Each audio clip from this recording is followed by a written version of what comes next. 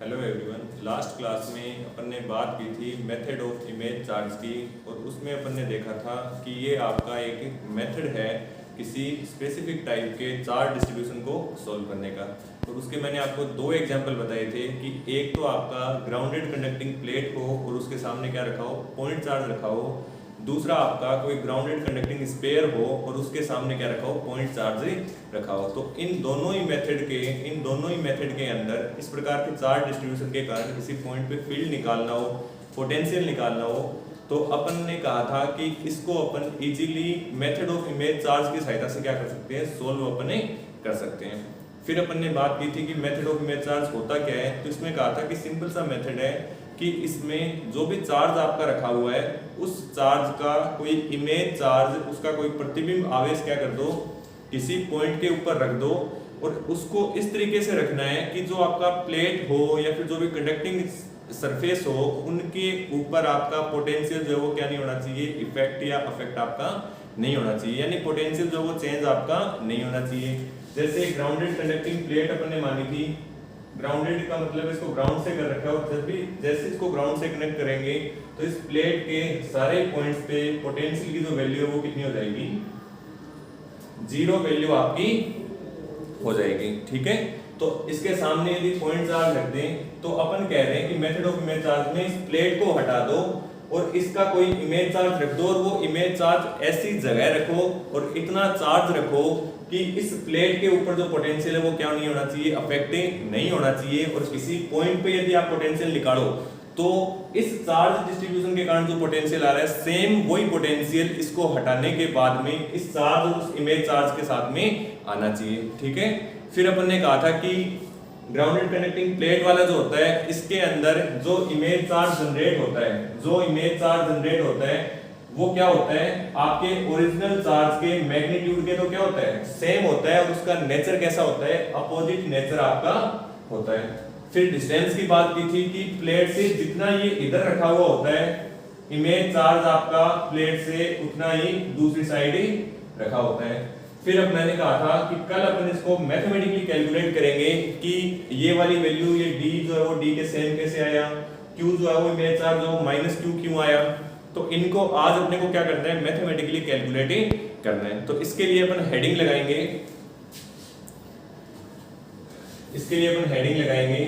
N a point charge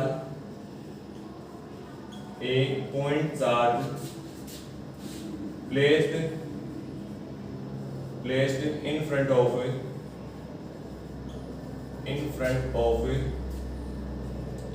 grounded conducting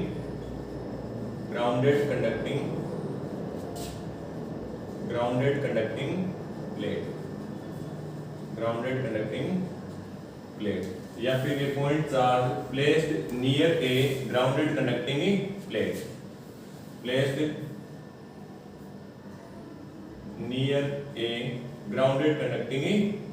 plate, ठीक है। यानी अपने को जो चार्ज डिस्ट्रीब्यूशन दिया गया है वो कैसा चार्ज डिस्ट्रीब्यूशन दिया गया है कि ये कोई आपकी ग्राउंडेड कंडक्टिंग प्लेट है और उसके नियर आपका क्या रखा हुआ है, कोई पॉइंट चार्ज q जो है वो रखा हुआ है। ठीक है, तो पहले इसको लिखते हैं अपन ने क्या माना है, let a grounded conducting plate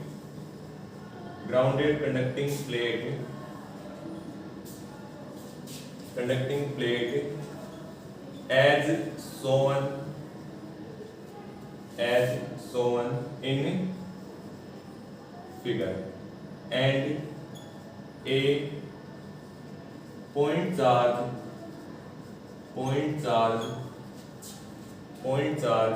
q is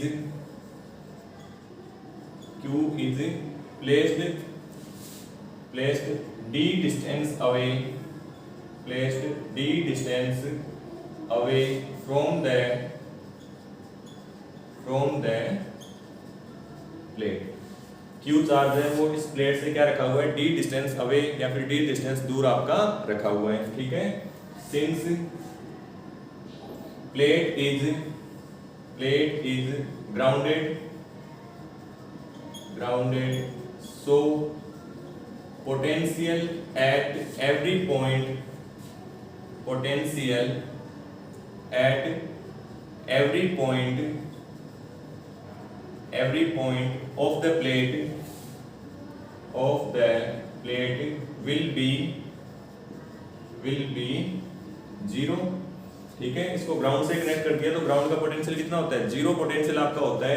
तो इस पूरी प्लेट के कोई सा भी पॉइंट देखोगे उस पूरी प्लेट के ऊपर पोटेंशियल जो आपका आएगा V इक्वल्स टू वो कितना आ जाएगा, जीरो आपका आ जाएगा। ठीक है, सो टू, फिर इसमें हेडिंग लगा के लिख लेते हैं। सो फर्स्ट पॉइंट इसमें अपन कैलकुलेट करेंगे the nature of image charge, the nature ऐसे लिख लो, the nature comma magnitude and distance of image charge. ठीक है, जो इमेज चार्ज यहाँ पे आपका आएगा जिससे आपका ये जो कॉन्फ़िगरेशन है वो आपका दूसरे कॉन्फ़िगरेशन में चेंज हो सकता है, उसका चार्ज का नेचर कैसा आएगा, उसका जो है वो मैग्नीट्यूड कितना आएगा, क्या इस चार्ज से ज्यादा होगा या कम होगा, अपोजिट नेचर का आएगा या सेम नेचर का आएगा, या फिर कितनी डिस्टेंस दूर आएगा, यहाँ रखें या फिर किस जगह अपन इसको रखें, ये चीज अपने को क्या करनी है, कैलकुलेट ही करनी है। ठीक है, और अपने को हिंट क्या मिल गई, अपने को हिंट ये मिल गई कि ये प्लेट ग्राउंडेड कंडक्टिंग प्लेट है, तो इस प्लेट के कोई से भी पॉइंट पे देखोगे तो पोटेंशियल आपको कितना मिलेगा, जीरो पोटेंशियल आपको मिलेगा। ठीक है, इसके लिए मैं क्या काम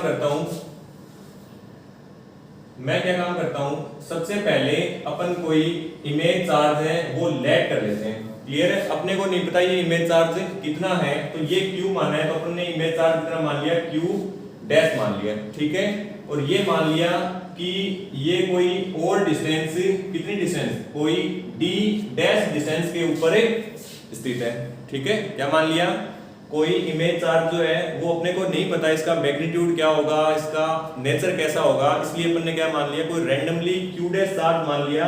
और डिस्टेंस भी अपने को नहीं पता, डिस्टेंस भी कैलकुलेट करनी है, तो डिस्टेंस भी कितनी मान ली अपन ने, D डैश डिस्टेंस, यानी D से कुछ और अपन ने क्या मान ली, डिस्टेंस मान ली। क्लियर है, अब इस प्लेट के ऊपर मैं दो पॉइंट्स की बात करता हूं। एक पॉइंट तो आपका बिल्कुल ये चार्जेस के सामने है, इसको नाम दे देता हूं A, और एक पॉइंट को ये आपका यहां से x डिस्टेंस के आपका ऊपर है, इसको नाम दे देता हूं B। इस पूरी प्लेट पे पोटेंशियल कितना है, जीरो, तो पोटेंशियल जो होगा आपका वो पॉइंट A पे और पॉइंट B पे कितना होगा, जीरो पोटेंशियल आपका होगा। अब एक चार्ज यहाँ रखा हुआ है, दूसरा चार्ज आपका यहाँ रखा हुआ है, इसकी वैल्यू Q है, इसकी वैल्यू Q डैश है, इनसे अलग अलग डिस्टेंस है, तो पोटेंशियल पॉइंट A पे और पॉइंट B पे इन चार्जेस के कारण क्या निकालें, पोटेंशियल निकालें।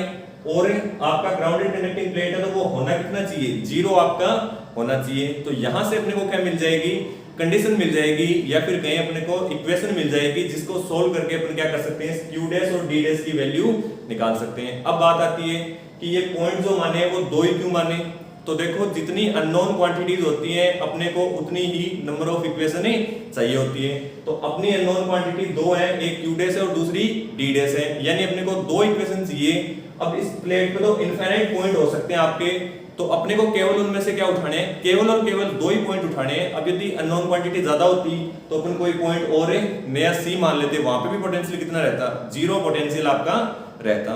तो इसके लिए लिखें पहले, let the image charge is Q dash and it is D dash distance away, D dash distance away from the plate। ठीक है, Q डैश चार्ज है और यहां से मान लिया प्लेट से D डैश डिस्टेंस क्या है, दूर है। So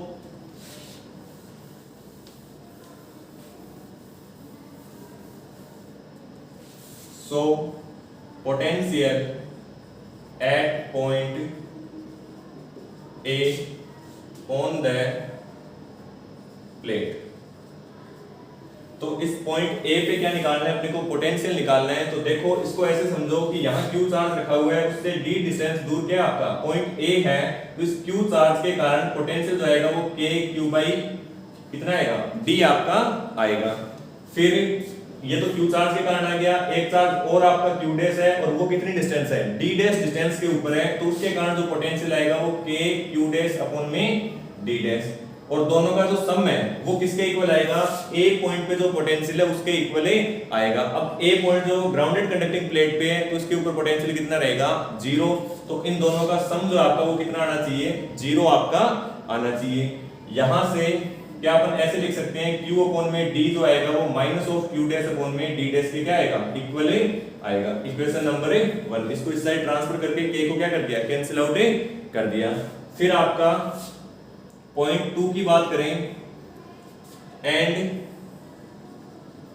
potential at point B, तो B पॉइंट पे पोटेंशियल देखें तो देखो B पॉइंट पे Q चार्ज के कारण पोटेंशियल देखेंगे तो अपने को B पॉइंट की Q से डिस्टेंस जो है वो क्या होनी चाहिए पता आपको होनी चाहिए। अपने को नॉन कौन सी है, ये वाली डिस्टेंस पता है D है, ये वाली डिस्टेंस कितनी है x डिस्टेंस है, ये एंगल आपका 90 डिग्री का है, तो ये वाली डिस्टेंस जो अपन पाइथागोरस इक्वेशन की सहायता से क्या कर सकते हैं कैलकुलेट कर सकते हैं। तो यहां से हाइपोटेनस है ये आपका, तो इसकी वैल्यू कितनी आ जाएगी, तो under the root x square plus में कितना आ जाएगा d स्क्वायर आपका आ जाएगा। तो इस q चार्ज के कारण इस b पॉइंट पे पोटेंशियल लिखूं तो वही k मल्टीप्लाई में चार्ज कितना q अपॉन में डिस्टेंस, और डिस्टेंस कितनी है तो ये x स्क्वायर प्लस में d स्क्वायर की पावर 1/2 आपका, ठीक है। ये तो आ गया इस चार्ज के कारण पोटेंशियल। अब निकालना है q डैश के कारण, तो वही आपको यहां से यहां तक की डिस्टेंस क्या होनी चाहिए पता होनी चाहिए, वही 90 डिग्री का एंगल है, ये डिस्टेंस x है और ये डिस्टेंस कितनी d डैश डिस्टेंस है, तो ये जो डायरेक्ट डिस्टेंस है वो कितनी हो जाएगी x स्क्वायर प्लस में d डैश स्क्वायर का अंडर दी रूट, या फिर इसका क्या लेना है रूट अपने को लेना है। तो प्लस में आ जाएगा कि q डैश अपॉन में x स्क्वायर प्लस में d डैश का स्क्वायर और इसकी पावर 1/2, और वही b पॉइंट आपका कहाँ है प्लेट के ऊपर है, तो पोटेंशियल कितना जीरो आपका होना चाहिए। तो यहां से इसकी वैल्यू भी कितनी आ जाएगी जीरो। क्लियर है, सोल्व करें थोड़ा सा, सोल्व करें इसको, तो यहां से वैल्यू कितनी आएगी, तो यहां से q अपॉन में क्या लिख सकते हैं x स्क्वायर प्लस में d स्क्वायर की power 1/2 equals to minus q dash upon में x स्क्वायर प्लस में d डैश का स्क्वायर और इसकी पावर 1/2 आपका। क्लियर है, इक्वेशन नंबर 2। अब देखो दो इक्वेशन है, दो अननोन क्वांटिटी है, जैसे भी तोड़ मोड़ के क्या कर सकते हैं इनको, दोनों क्वांटिटीज की अपन वैल्यू कैलकुलेट कर सकते हैं। तो देखो थोड़ी मैथ्स लगाते हैं, तो यहां से मैं वैल्यू निकाल लूं फ्रॉम इक्वेशन 1 से मैं वैल्यू निकाल लूं q अपॉन में q डैश, तो q अपॉन q डैश की वैल्यू कितनी आएगी, तो क्या d अपॉन में d डैश और साइन किसका आएगा माइनस का आपका आएगा। इक्वेशन नंबर 3 सेम ऐसे ही फ्रॉम इक्वेशन 3 एंड 2, ये इक्वेशन 3 ये इक्वेशन 2 दोनों को क्या करें कंपेयर करें, तो यहाँ q यहाँ q डैश, तो q अपॉन q डैश की जो वैल्यू है वो यहाँ से तो कितनी आएगी माइनस d अपॉन में d डैश यहाँ से, और यहाँ से देखो ये q डैश यहाँ ट्रांसफर हुआ तो ये आपका कहाँ जाएगा यहाँ, तो यहाँ से वैल्यू कितनी आ जाएगी माइनस का साइन x स्क्वायर प्लस में d square x square plus में d स्क्वायर और इसकी पावर 1/2 अपॉन में x स्क्वायर प्लस में d डैश का स्क्वायर और इसकी पावर 1/2, माइनस का साइन माइनस के साइन से कैंसिल आउट। इक्वेशन को सोल्व करें तो दोनों साइड क्या कर दें स्क्वायर कर दें, तो वैल्यू आ जाएगी d स्क्वायर अपॉन में d dash square is equals to x square plus में d स्क्वायर और अपॉन में आएगा x स्क्वायर प्लस में d डैश का स्क्वायर। ठीक है, और सोल्व करें इसको, तो ये मिटा देते हैं। अब केवल और केवल क्या करना है इन इक्वेशंस को सोल्व करना है भी आपको, तो और सोल्व करें इसको, तो क्रॉस मल्टीप्लाई करवा दो, तो वैल्यू आ जाएगी d स्क्वायर मल्टीप्लाई में x स्क्वायर प्लस में d डैश का square is equals to d dash square इससे मल्टीप्लाई होएगा तो x स्क्वायर प्लस में d स्क्वायर। ठीक है, ओपन कर दो, तो वैल्यू आएगी D square X square plus में डी स्क्वायर डी डैश का square is equals to D dash का स्क्वायर एक्स स्क्वायर प्लस में D dash square D square. ये आपकी टर्म दोनों साइड आ रही है, कैंसिल आउट। यहां से देखें तो D square X square equals to कितना आ जाएगा, D dash square X square से एक्स स्क्वायर कैंसिल, दोनों साइड रूट करें तो वैल्यू कितनी आ जाएगी, D equals to D dash. यानी ये जो डिस्टेंस है आपकी और ये जो डिस्टेंस है वो दोनों क्या होनी चाहिए, सेम डिस्टेंस आपकी होनी चाहिए। इसका मतलब ये क्यू चार्ज आपका यहाँ रखा हुआ है, तो ये क्यू चार्ज जो है वो आपका इस साइड सेम डिस्टेंस, जितनी डिस्टेंस ये इधर है उतनी डिस्टेंस क्या होना चाहिए, इस साइड आपका होना चाहिए। बताओ क्लियर है कि ये चीज ठीक है। फिर उसके बाद में ये आपकी इक्वेशन नंबर हो गई 4। तो फ्रॉम इक्वेशन 4 एंड इक्वेशन 1, एक अपन ने इक्वेशन नंबर 1 दी थी, किसको, q अपॉन में d जो आया था वो माइनस q डैश अपॉन में किसके इक्वल आया था, d डैश के आपका इक्वल आया था। ठीक है, तो यहां से वैल्यू, ये आपकी इक्वेशन नंबर क्या थी, 1 थी, ये इक्वेशन नंबर 4 है, तो इक्वेशन 1 और इक्वेशन 4 से वैल्यू रखें, इनको हटा देते हैं। फ्रॉम इक्वेशन 1 एंड 4, तो देखो मैं d इक्वल्स टू क्या रख सकता हूँ, d डैश रख सकता हूँ, तो q अपॉन में d equals to minus q dash upon में d डैश किसका क्या रखें, d डैश किसका क्या रखते हैं, d रखते हैं, तो ये d से d आपका कैंसिल आउट, तो यहां से आ गया q equals to minus of q dash, या फिर कहें q डैश की जो वैल्यू है कितनी आनी चाहिए, माइनस ऑफ q के क्या आनी चाहिए, इक्वल आपकी आनी चाहिए। Equation number 5। तो देखो जो अपन कैलकुलेट करना चाह रहे थे, देखो वो क्वांटिटी कैलकुलेट हो गई क्या, अपने को पता चल गया कि जो आपका यहाँ पे इमेज चार्ज होगा उसका मैग्नीट्यूड क्या होना चाहिए, उस चार्ज के क्या होना चाहिए, ओरिजिनल चार्ज के इक्वल होना चाहिए।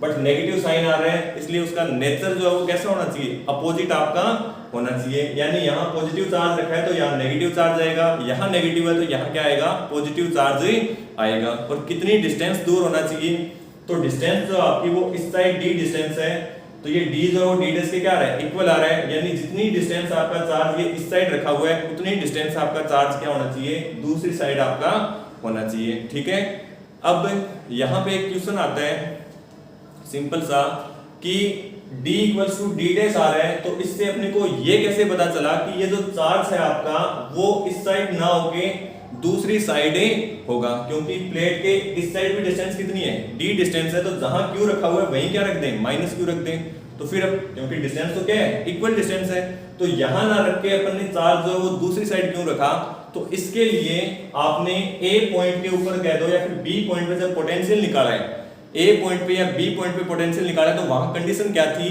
कि v जो है वो कितना होना चाहिए, 0 आपका होना चाहिए। अब यदि चार्ज अपन ने यहां रख दिया तो वो जो कंडीशन है वो अपनी क्या नहीं होगी, सेटिस्फाई नहीं होगी।